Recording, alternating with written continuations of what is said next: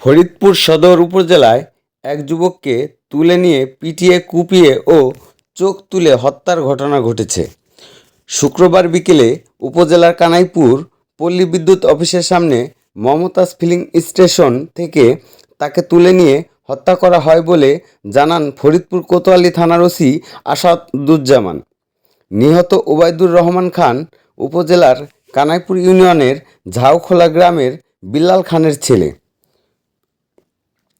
ওবায়দুরের বড় ভাই রাজীব খান বলেন, পুলিশের তালিকাভুক্ত শীর্ষ সন্ত্রাসী খায়রুজ্জামান ওরফে খাজা ও তার বাহিনী আমার ভাইকে তুলে নিয়ে গিয়ে খুন করেছে। আমি হত্যার বিচার চাই। তিনি বলেন, বিকাল 4টার দিকে ওবায়দুর মমতাজ ফিলিং স্টেশনে মোটরসাইকেলে তেল নিতে যান। এ সময় সেখান থেকে অটোরিকশা ও মোটরসাইকেলে করে তাকে তুলে নিয়ে যায় খাজা বাহিনীর লোকজন। আমার ভাইয়ের মোটরসাইকেলটিও নিয়ে যায় তারা। ওবায়দুরকে তুলে নিয়ে যাওয়ার খবর পেয়ে খোঁজাখুঁজি শুরু করি। ঘণ্টাখানেক পর জানতে পারি কে বা কারা তাকে ফরিদপুর মেডিকেল কলেজ হাসপাতালে নিয়ে গেছে। তার চোখ খুঁচিয়ে উপড়ে ও একটি পা ভেঙে দিয়েছে তারা। ওবায়দুরের শারীরিক অবস্থার অবনতি হলে সন্ধ্যা 7টার দিকে ঢাকা মেডিকেল কলেজ হাসপাতালে নেওয়ার পথে রাত 8:30টার দিকে তিনি মারা যান বলে জানান রাজীব। ফরিদপুর মেডিকেল কলেজ হাসপাতালের চিকিৎসক মোসাম্মদ তাহিরা বলেন, ওবায়দুরের অবস্থা আশঙ্কাজনক। তাকে উন্নত চিকিৎসার জন্য ঢাকা মেডিকেল কলেজ হাসপাতালে স্থানান্তর করা হয়। পথে তার মৃত্যুর বিষয়টি নিশ্চিত করেছেন ওই যুবকের ভাই। খায়রুজ্জামান ওরফে খাজা দীর্ঘ 20 বছর ফরিদপুরের অন্যতম বাণিজ্যিক এলাকা কানাইপুর সহ আশপাশের অঞ্চলে সন্ত্রাসী কর্মকাণ্ড করে আসছিল। সন্ত্রাসী কর্মকাণ্ডের ঘটনায় তার বিরুদ্ধে ফরিদপুর কোতোয়ালি থানায় একাধিক মামলাও রয়েছে।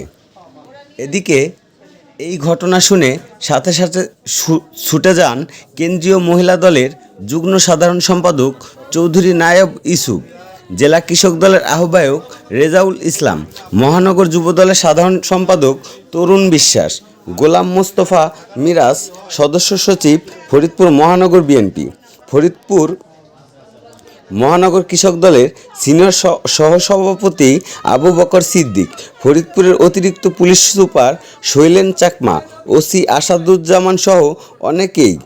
এ সময় তারা নিহতের পরিবারের সকলকে সান্ত্বনা দেওয়ার চেষ্টা এবং উপযুক্ত বিচার পাবে বলে আশ্বস্ত করেন।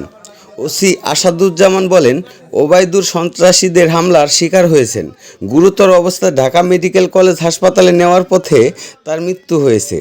এই বিষয়ে ফরিদপুরের অতিরিক্ত পুলিশ সুপার শৈলেন চাকমা জানান, ব্যক্তিগত শত্রুতার জের ধরে হামলা করা হয়েছে বলে প্রাথমিকভাবে জানা গেছে।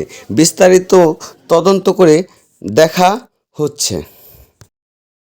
আমাদের দাওয়াত করছে লোক পাঠাইছে আলতাবাদবার। আমি কইছি যে না, আমি উনি করে আমলি তা উনি আর বিএনপিতে যোগ দেখে ভাই কইছে না, আমরা ইসলামী এক দল করবো। বুঝছেন, দল করলে আমি কইছি না মিটিং এ যাবো না। তো কইছে যে শালারে কালকে দেয় দেবো। বুঝছেন, এই কথার পরই আমার ছেলেটার মনে করেন আজকে ও অর্ডার দিয়ে মারিয়ে লাইছে আলতাবাদবার খাজারে দিয়ে। আরো লোক ছিল মেলা, নাম জানি নে বাজান। পরে আমি হলে একবারই দাওয়াত খেতে আমার ফোন দিছে যে আপনার ছেলে মারিয়ে লাইছে। কিরা এই আলতাবাদবার অর্ডার দিছে, খাজা মারিয়ে লাইছে আরো লোক নিয়ে। পরবর্তীতে আমি দৌড়িয়ে আইছি, 250 মিনিট পাই নেই। পরে আইসে পাইছি ওই হাসপাতালতে। আমি বললাম যে তাড়াতাড়ি তোরা ঢাকা নেই। ঢাকা নেওয়ার পরে মনে করেন যে সোল পার ওভার যাই আমার ছেলের জীবন চলে গেছে। এরপরে মনে করেন যে তোমার জানি বাজার, তারপর আর কি হয়েছে জানি না। তাহলে সূত্র ইসলামিয়ার প্রোগ্রামে যায় না এইটাই? জি জি জি জি জি ওই ইসলামিয়ার প্রোগ্রামে যায় নাই দেই আমার ছেলেটারে মনে করেন মাইনে লাইতে আলতাম অর্ডার দিয়া খাজা মেরে লাইছে আরো লোক দিয়া। বহুত লোক ছিল। ইয়াসিন রাতুবের ছিল, ইয়াসিন খাসকান্দির ইয়াসিন বাতুবের ছেলে আমার ছেলে মারার সময় দেওয়ানবাড়ির ইয়াসিন বাতুবা। গতকাল সন্ধ্যা হয়েছে এই খাসকান্দি দেওয়ানবাড়ির মোড়। ওই হ্যাঁ জি জি ওই ইয়াসিন বাতুবের নেতৃত্বে কি প্রোগ্রাম হয়েছে? ওই মিটিং হয়েছে। উনি ইসে দাঁড়াবি, ফরিদপুর এমপিতে দাঁড়াবি ওই ইসা। আমি আসি নেই দিই, আমি কইছি না তো সেই ইসা এমপিতে কিসে দাঁড়াবি? আমি জানি না, আমি এই তো জানি বাবা, আর কিছু জানি না বাবা। আপনি ধারণা করছেন যে এই কারণে হ্যাঁ, এই কারণে আমার ছেলেটারে মারছে। ক্লিয়ার? আমি জীবন চলে যায়, মিথ্যে কথার লোক না। তারপরে আরেকটার নাম হলো রাশেদ, তারপরে নাজমুল, রাসেল, জাহিদ। কার কার কথা কইছে রে ভাই, আমার তো নাম মনে নাই রে ভাই। মহারাষ্ট্রের রাসেল, মহারাষ্ট্রের রাসেল। সন্ত্রাসীরা তো কোনো দলের না, তারা সব দলের শেল্টার নিতে চায়, কিন্তু আমাদের দল তো এটা করবে না, এটা তাকে ছবিটা দেখেন আব্দুর রহমানের সঙ্গে। আমরা প্রাথমিকভাবে একটু জেনেছি আর কি। হ্যাঁ, বশত তাকে যে আজকে বিকেলে যে ঘটনা ঘটেছে, তাকে এই বেশ 8-10 লোক ছিল আর কি। তাকে অতর্কিতে সে এই যে এখানে একটা পেট্রোল পাম্প আছে, মমতাজ পেট্রোল পাম্প, হ্যাঁ, পাম্পে এখানে ফিলিং স্টেশনে সে মোটর সাইকেলে এসে তেল নিয়েছিল আর কি। তেল নিয়ে ভিত্তি ওবায়দুল তেল নিয়েছিল।